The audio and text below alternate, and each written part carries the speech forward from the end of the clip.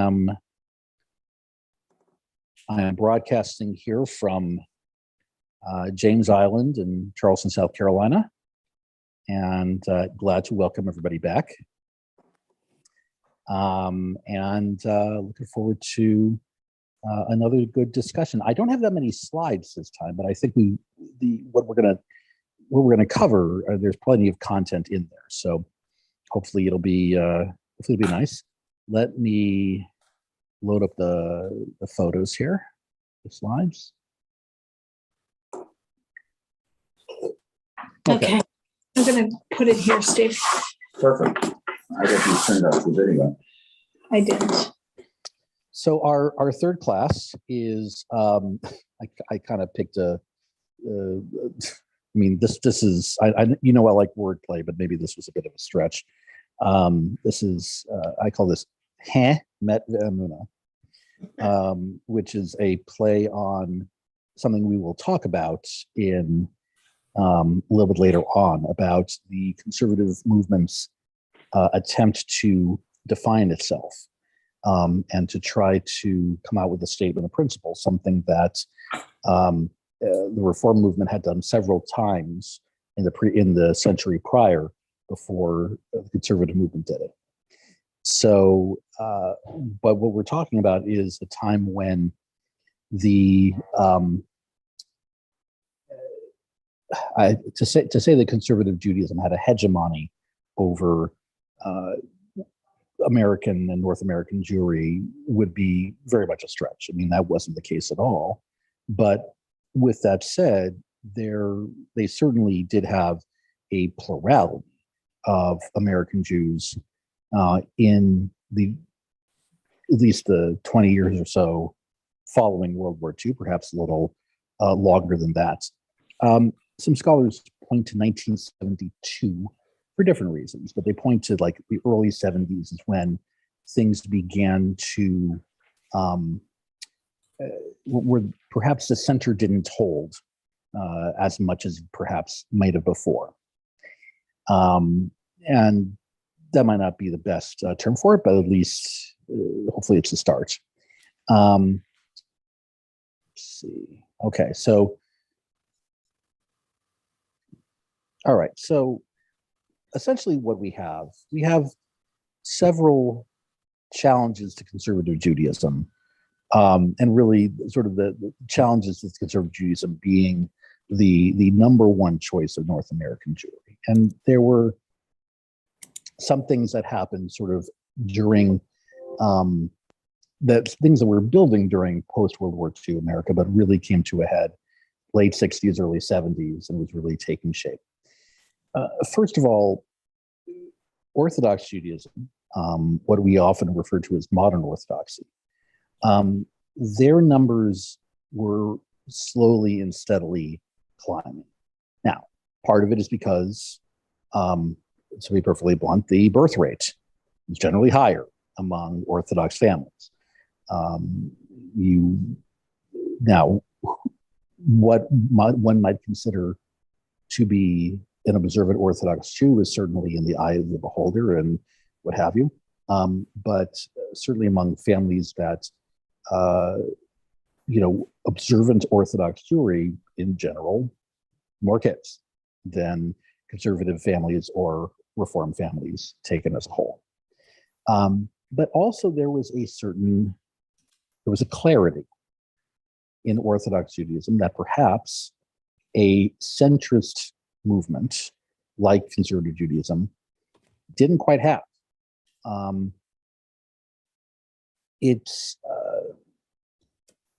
So for instance, and I might get back to this quote, but when you talk about the conservative movement not having for a long time a statement of principles, an appropriate Orthodox rebuttal of that might be something to the effect of, we don't, what do you mean we need a statement of principles? We have the Torah.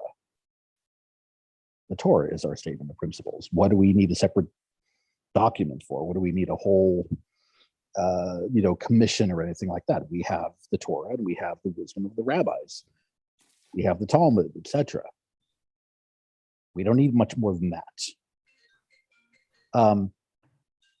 That would have been a rebuttal for that. And for those who, and there were increasing numbers of Jews where when it came to if they wanted observance,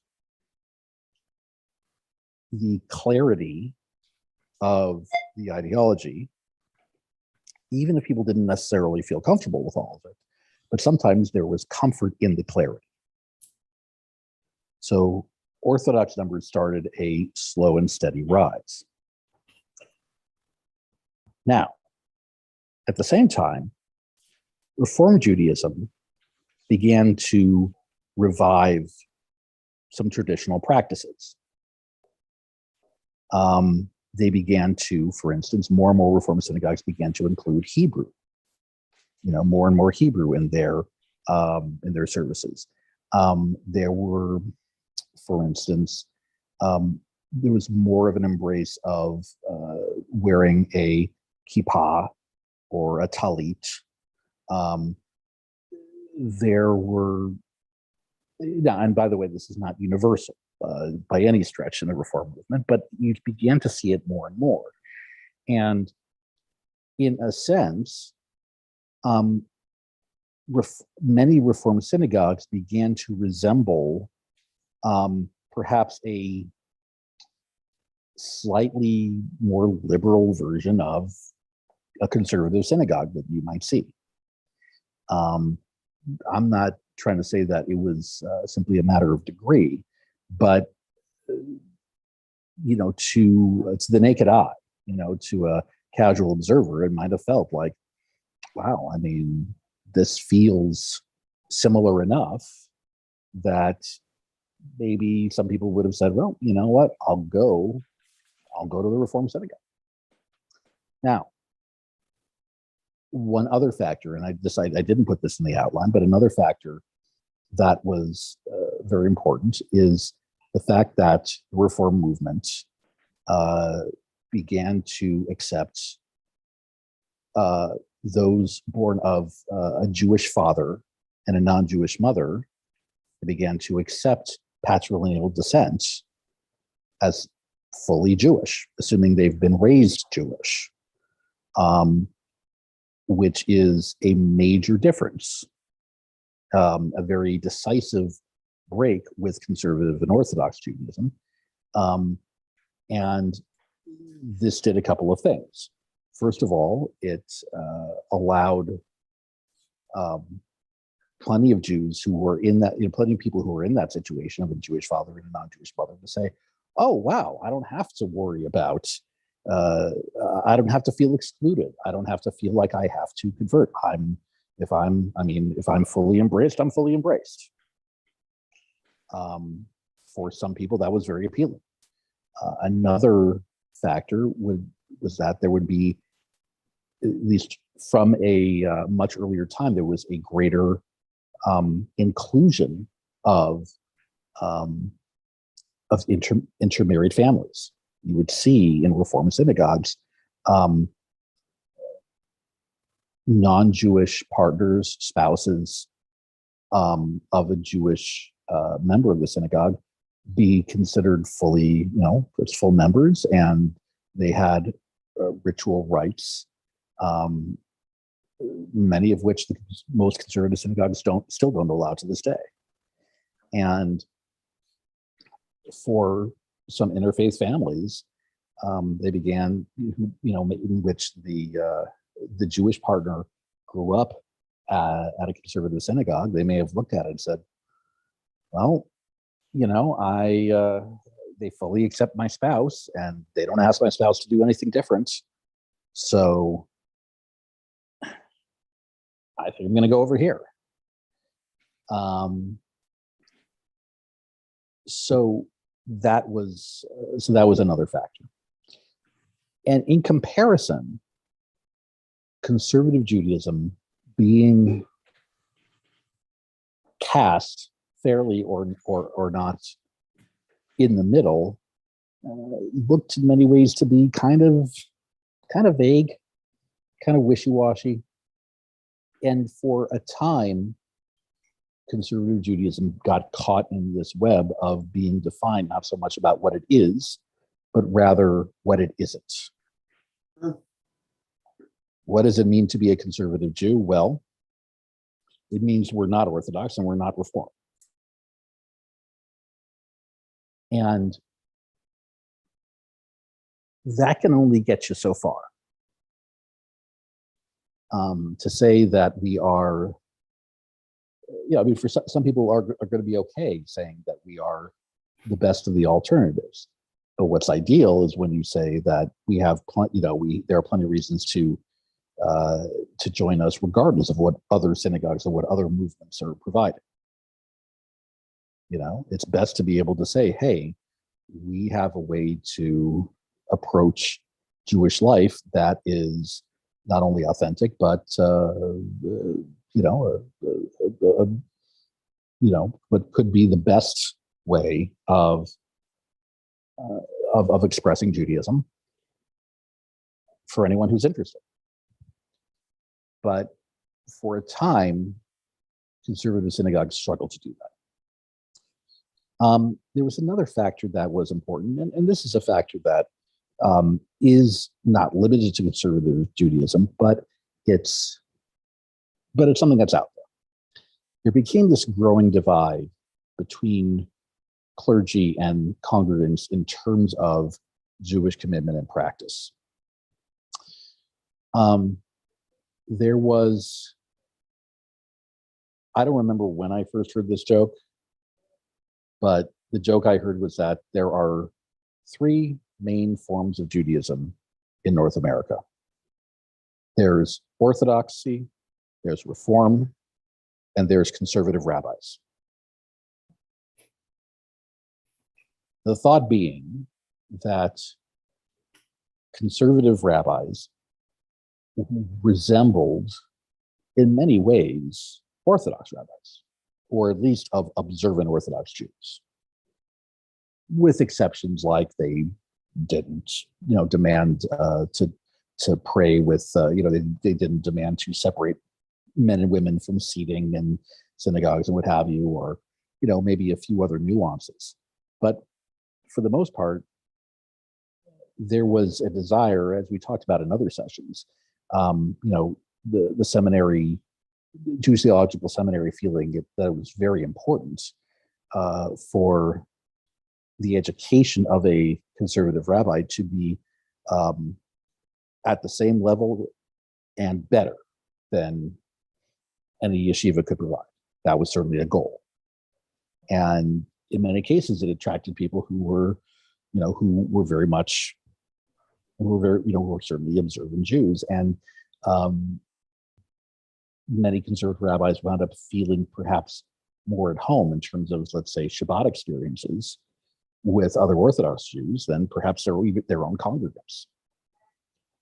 And meanwhile, many conservative congregants, the reasons why they joined a conservative synagogue, as we've perhaps talked about, maybe not so much in this class, but maybe in other contexts, conservative Jews in their synagogues, in terms of their own, maybe, in terms of their own observance, they probably felt much more in common with other Reform Jews in terms of style and in terms of certainly what their home observances might be. In 1960, for instance, it was estimated maybe 10 to 15% of conservative Jews kept kosher. I don't know what the numbers are now off the top, although I think we'll get into some of the Pew study in the next couple of weeks. But in that sense, the numbers weren't that much different, at least in terms of keeping kosher. It wasn't that much different than their Reform Jewish friends. So you add all that up, and other places, other synagogues, other at least movements for some people, if they wanted to deal with this on a philosophical level, might have felt more at home in other movements. And these were, natural consequences in many senses. They were natural consequences of some of what was established, in prior decades. It just didn't really come to a head until a little bit later. Questions or comments at this juncture?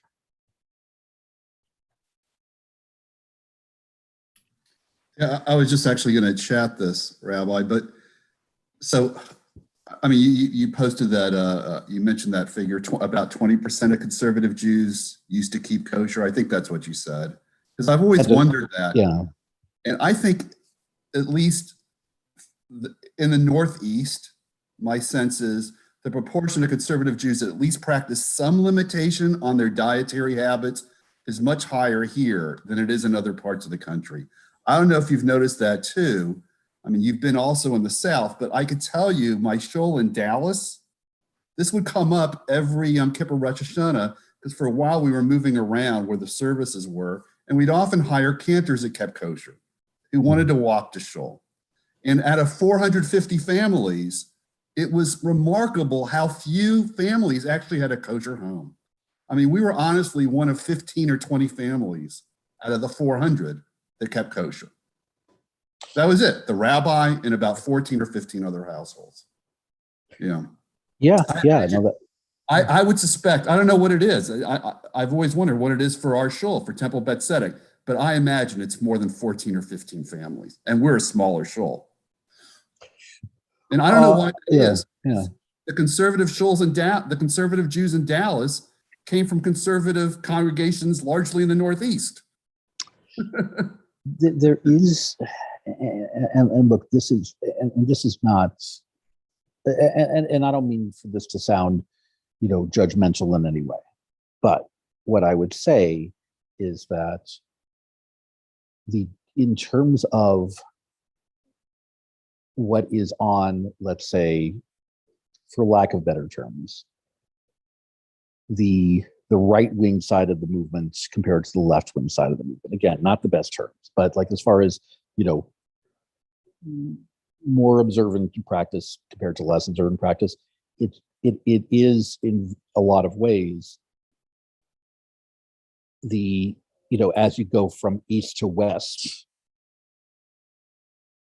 it's very much, there is kind of a drift the farther west you go. And this is anecdotal. This is not based on any data, but I have felt that way. Now, that's not to say that there aren't vibrant and important conservative synagogues in the Western United States. There absolutely are.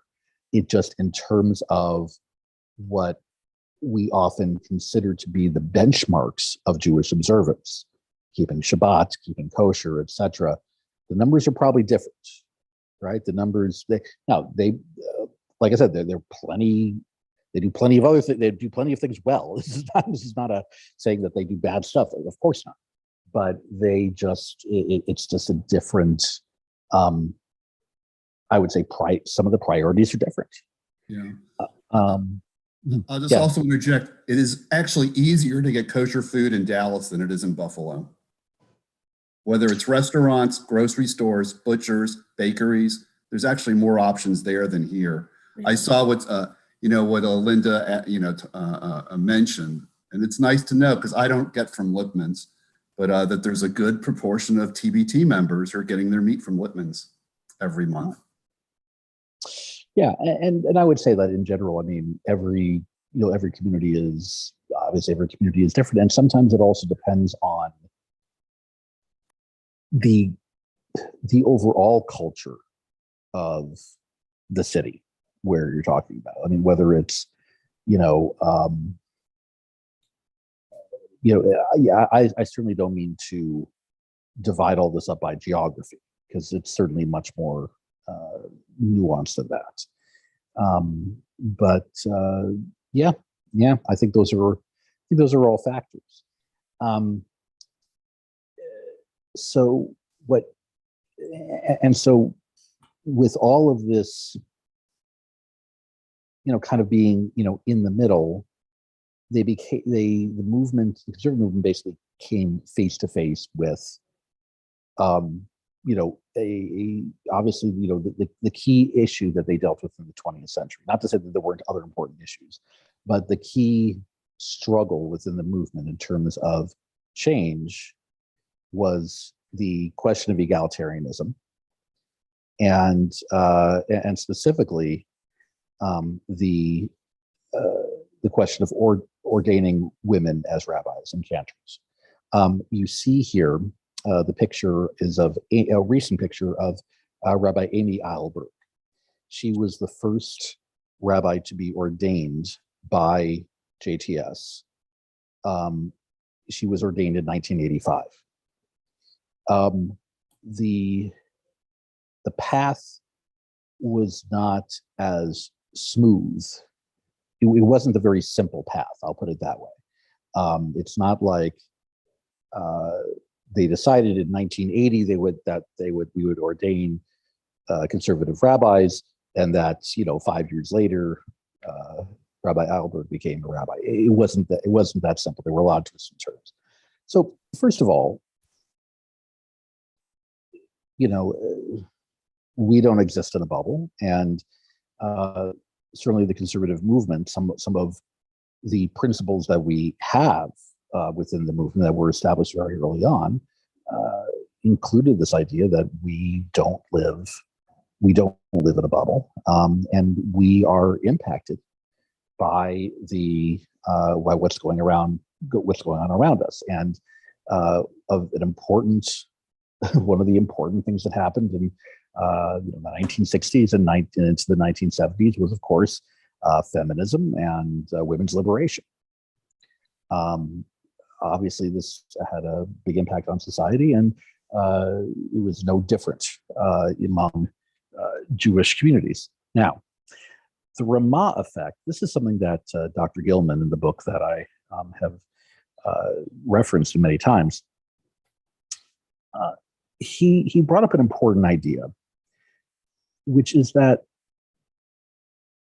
in post-World War II conservative Judaism, the Ramah camping movement became a very important part of the conservative movement. It became a tremendous way for conservative ideology and practice to be explained and taught and lived among kids and teens across the country. And the Ramah movement, I say, in many ways, is extremely successful. And you may have sent your kids to a Ramah camp or grandkids of Ramah camp. I just sent my youngest to her first Ramah camping experience this past summer, Eliana, my youngest, and she absolutely adored it. She loved it. Camp Ramah has had a huge impact on a lot of people. And there's something about summer camp that lends itself to a great deal of experimentation. And having worked 3 different summers at Ramah camps, I've seen this in action, where sometimes you just try different things. I don't know if it has anything to do about just sort of being far away from the rest of society, or just sort of being isolated and being in your own little community, but you began to try things. And some things that were being tried were, okay, what if a woman's leading services? What if women are reading Torah? They started to have campers do those things. And what happens when you go to camp is that you get home, and assuming you had a good summer, you start counting down the days to go back, which certainly my daughter is counting down the days when she can return to camp. And eventually, if you're part of a synagogue community, you begin to say things like, wow, why can't we be doing some of these things here? What's stopping us? So it relates to a comment I made. I forget whether I made it in the first or the second class, but changes in the conservative movement, for the most part, would take place from the grassroots going up rather than top down. Last week, we talked about the top down part, about the Committee of Jewish Law and Standards. Now, you had a situation where different local communities had kids going to Camp Ramah, coming back and saying, let's try these things in our synagogues. And if there was enough pressure or if enough conversation, maybe some of these synagogues began to say, well, why can't we count women in a minyan? Why can't we have a woman have full and equal rights? Sometimes some synagogues didn't necessarily say full rights. Sometimes they said some rights. But more and more synagogues began to embrace this idea. So between the experiences at Camp Ramah and the feminist movement of the 60s and 70s, this question really came to a head.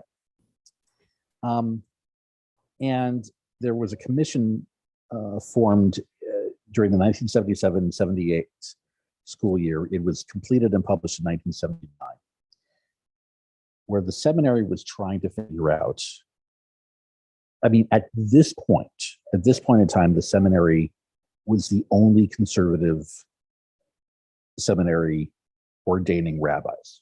There are now 5 worldwide. But at that time, JTS was the only place where you could get your formal ordination. You could maybe take classes at other seminaries, but JTS is where you got ordained as a conservative rabbi. And they began to take on this idea. And at this point, we talked about, prior to this, about Cyrus Adler, and we talked about,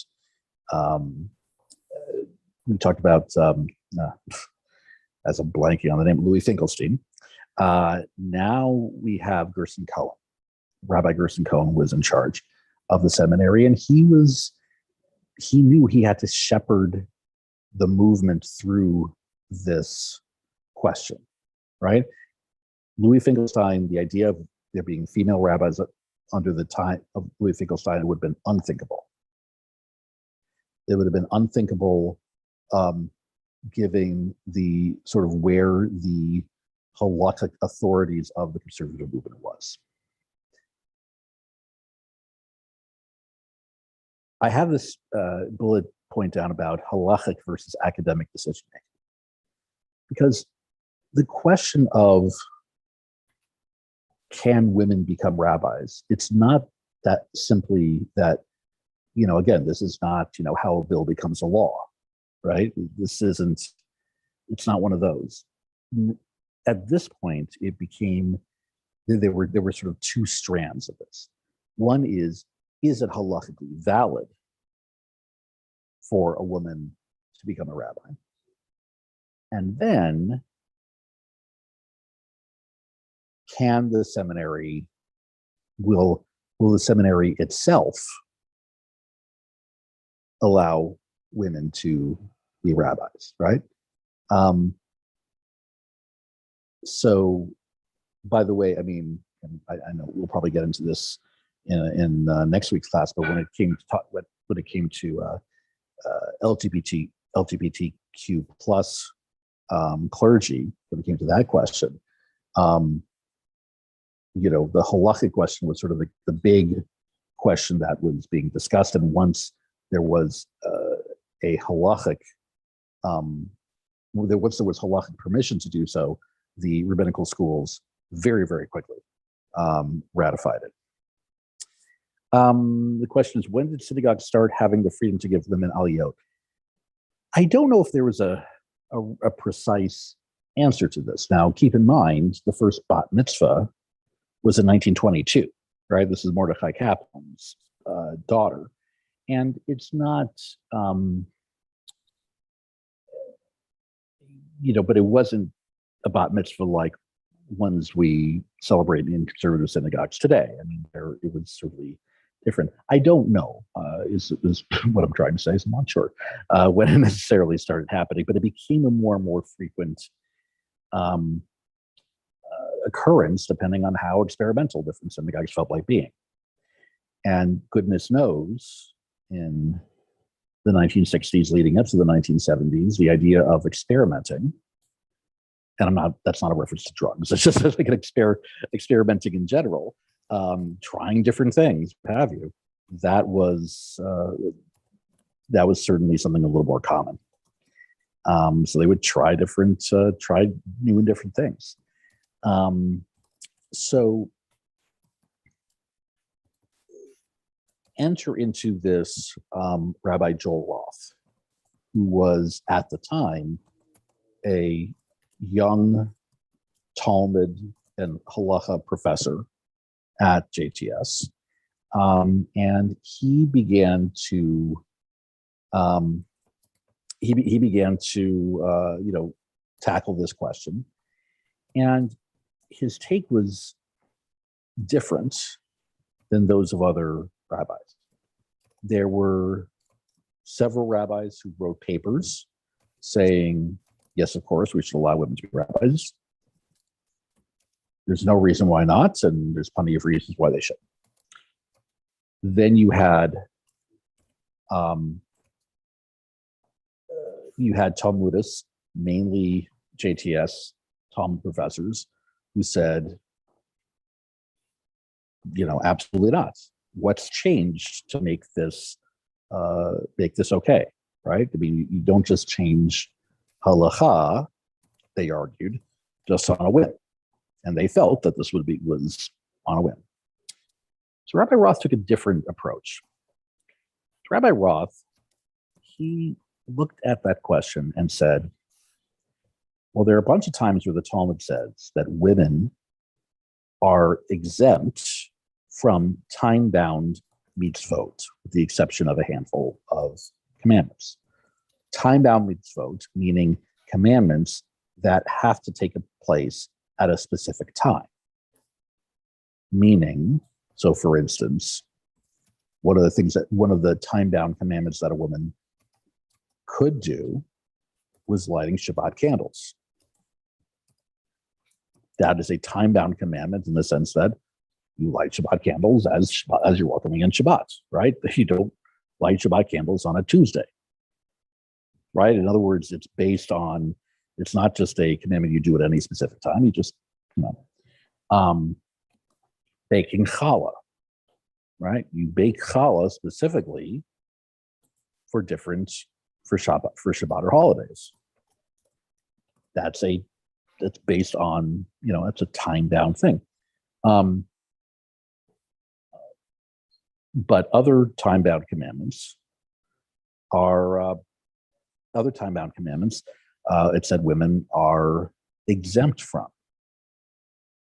Let's see. Okay. Sorry, Larry, if I could read your Sure. comment. I think there's different ways to answer. Congregations are self-governing, so some choose to have women take aliyah before JTS or the law committee give approval.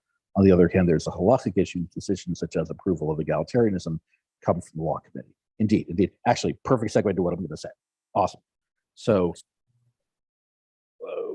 what Joel Roth said was, yes, women are exempt from it. In other words, they don't. But what if they wanted to do it? Right? Just because if you're exempt, like in other words, you're not required to do it. Somehow this idea that you're not required to do something got translated in real life terms. Did I just give myself a thumbs up? I didn't mean to. Sorry. That was weird. Okay. It'll fade in just a second. I'm very happy with myself. No. Sorry. What was I going to say? Okay, just because you're exempt from something doesn't mean you can't do it.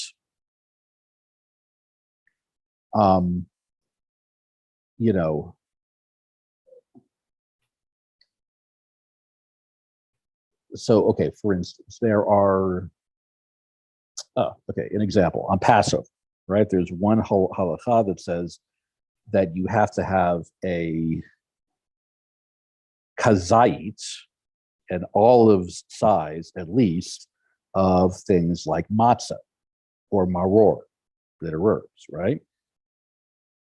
If you want to have more than a kazait, you can, and many people do. But in order to fulfill the commandment, that's what you need. You're exempt from having to do more than that. But that doesn't mean you shouldn't or you can't. So what Rabbi Roth argued was that if a woman made a commitment to taking on time-bound commandments, then there's no reason why they can't be counted a minion. There's no reason why they can't be become rabbis. I mean, there's no reason why they can't. I mean, that's how he argued it.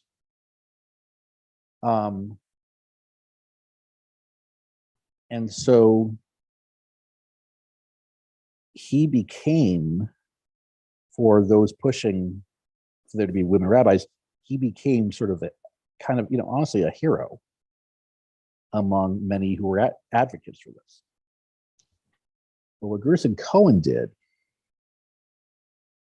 he knew that he was going to get furious opposition from some corners of the movement. But he also knew that it was time to do it.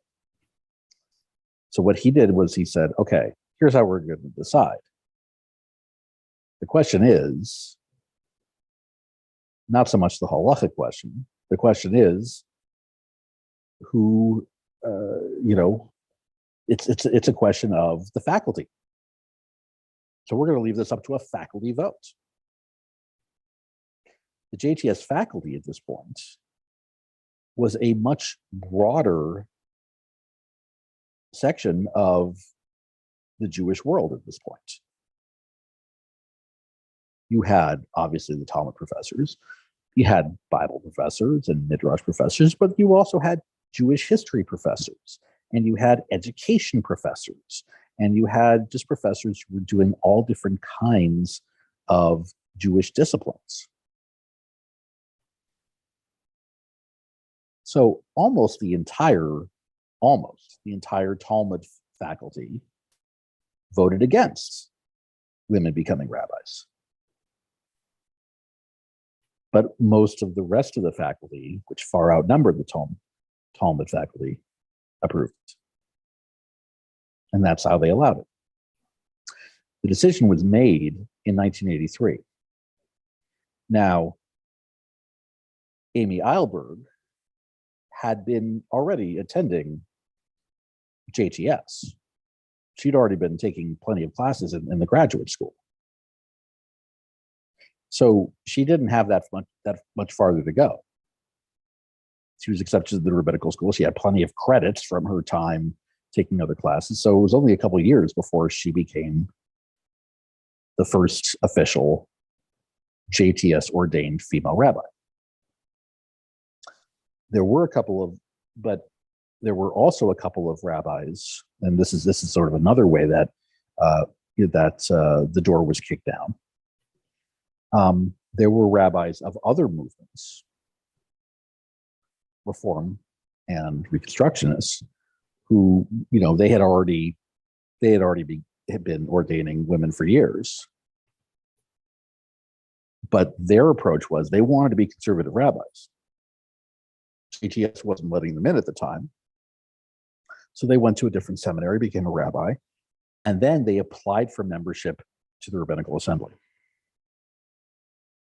So a couple of those women actually were approved to the Rabbinical Assembly a year before Rabbi Eilberg was ordained.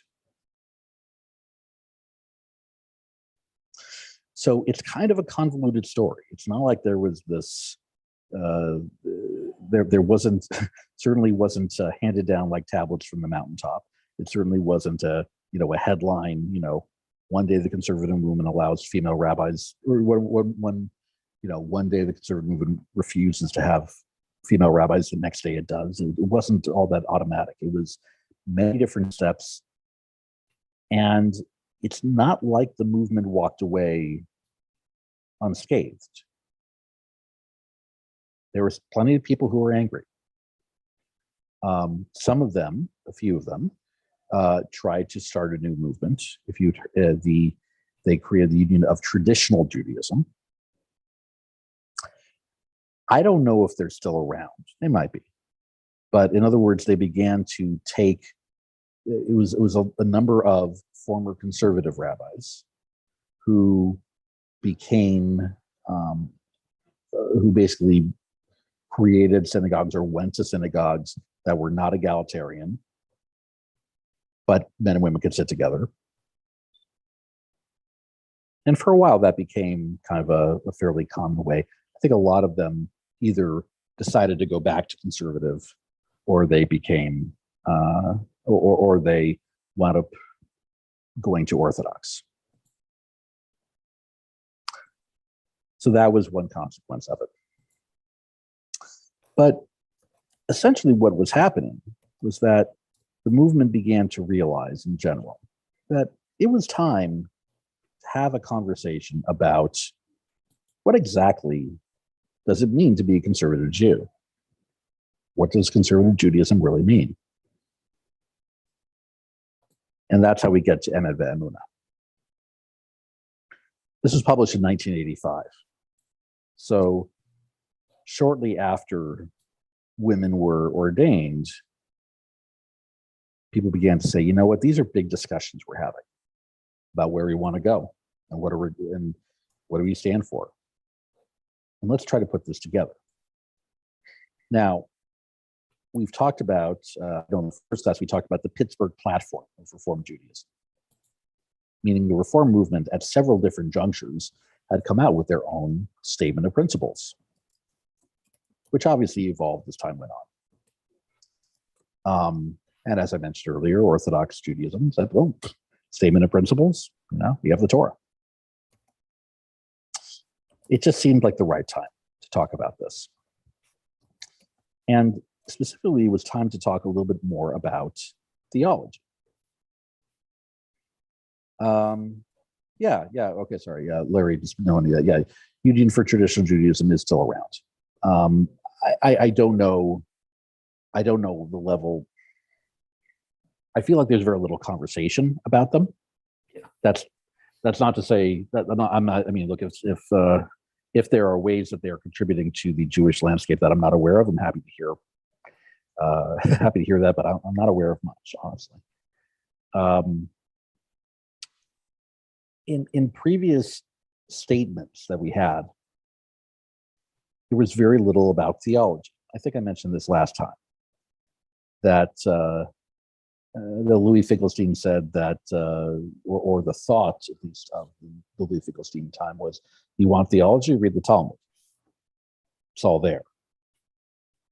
You don't necessarily need to come up with theological statements. So, but what came out of it was, as previously mentioned, Emet Ve'emunah kind of was a platypus. The platypus being the animal that looked like it was constructed by committee.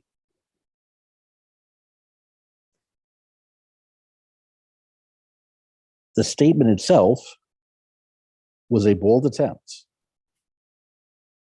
but good luck getting all these different elements of the conservative movement to come up with statements that they agreed with. As John Stewart once put it about the Jewish people, we can hardly decide where we're going to go to lunch. How are we going to put together this? So what happened was, in some cases, they offered, in a sense, multiple choice, which didn't wind up doing the kind of clarification that maybe some people were looking for. Now, that doesn't mean that it was inappropriate. That doesn't mean that it wasn't fair, but it certainly was accurate as far as the way the movement was. it's not like all of a sudden it had reached some sort of consensus on some of these matters. So in the section about God, which, the very first statement in Emet V'Emunah is, we believe in God. Okay. But they offered what that means to believe in God. We have different ways of thinking of it. And they actually included really a couple of different options in terms of what God might be. You had a more traditional option, which is God being an all-powerful, all-seeing being. And then they also offered some of the ideas that were thrown around by Mordechai Kaplan. Ones that really are probably more at home with the Reformist movement. The idea of God in nature, not necessarily being a being per se. So both of these appear in Emet V'Emunah, which, does it give a range of what God might be? Yeah, and for a lot of people, that's very helpful. But for those who perhaps wanted the answer, they didn't get it. Now, we all know that it's hard to expect the answer. We know that things are not quite black and white. They rarely are. But I think for some who were looking for more of a black and white answer, walked away from it a little disappointed. It said regarding Jewish law that halakha is what the Jewish community understands God's will to be. Meaning,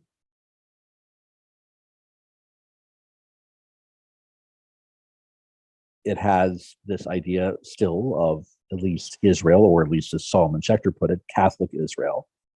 The Jews who care, the Jews who are fully invested as the ones who decide.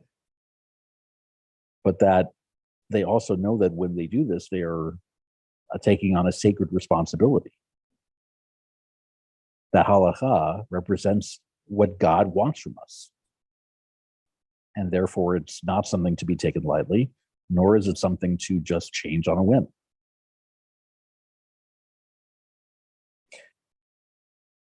So in many ways, its statement about halakha is clarified. Another point where they're a little bold, however, had to do with some of its statements on Israel. Because remember, the conservative movement was the first movement to fully embrace Zionism. So conservative / Masorti Jews in Israel were perhaps expecting a little more than what they got from Emet V'Emunah, in which they said how important Israel is, but then qualified that by saying how important diaspora Judaism is. And essentially said that it's not necessarily our goal to get every Jew eventually to move to Israel. Well, many conservative Masorti Jews in Israel said, that's not good enough. We believe that that's what we should do. That's why we moved here. That's why we came. And conservative Jews in Israel, at least certainly the leadership of them, were not big fans of this book. They weren't thrilled at all. Another weakness of it is that there's nothing in this about ritual. There really isn't anything about what it means to keep Shabbat. There's really nothing in it about kashrut. There's not really much about what ritual can mean and what ritual can do. Now, maybe somebody says that, maybe somebody might say, well, look, this is meant to be more of a theological statement, and it's not necessarily supposed to be a statement on behavior. But some people found it a little bit lacking because of that. Now, I don't mean to sound so, too negative about this, because the fact that this actually came together at all is a minor miracle. It really is. It's pretty incredible that it happened.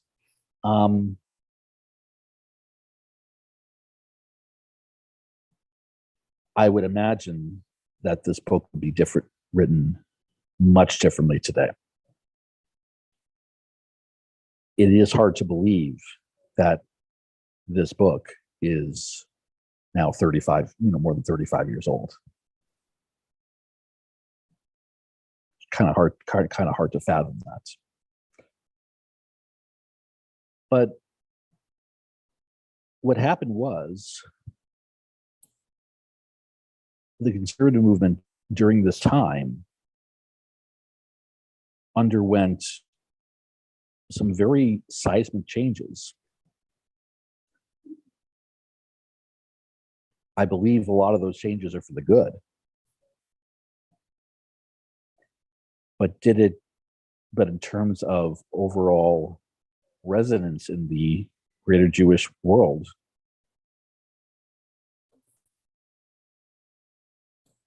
did the movement really do itself favors? Because sometimes the argument that's made among some conservative Jewish sources is that it can't be that big of a tent.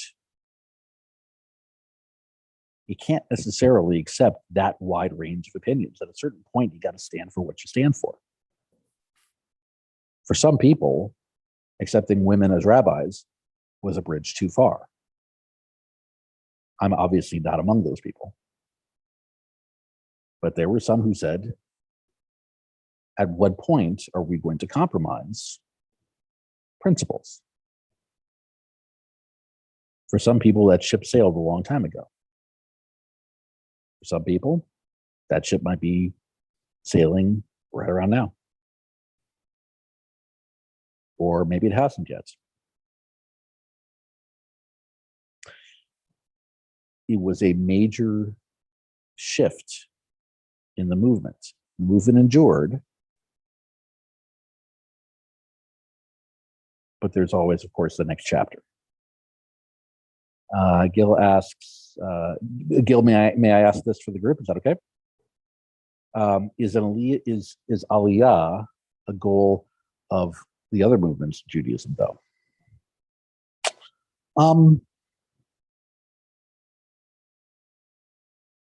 I don't think it's stated. Yeah, a fair point. I mean, I don't think it's stated as such. I think, though, that maybe the reason why some Jews in Israel got very upset by this, conservative Jews in Israel got upset by Emet Ve'emunah, was because it was stated so plainly. I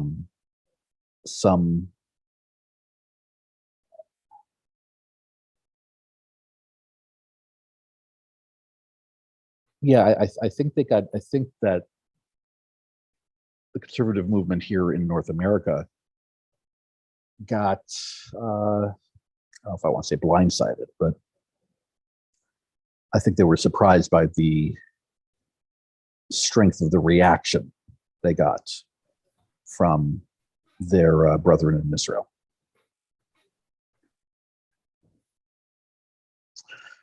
So, questions or comments?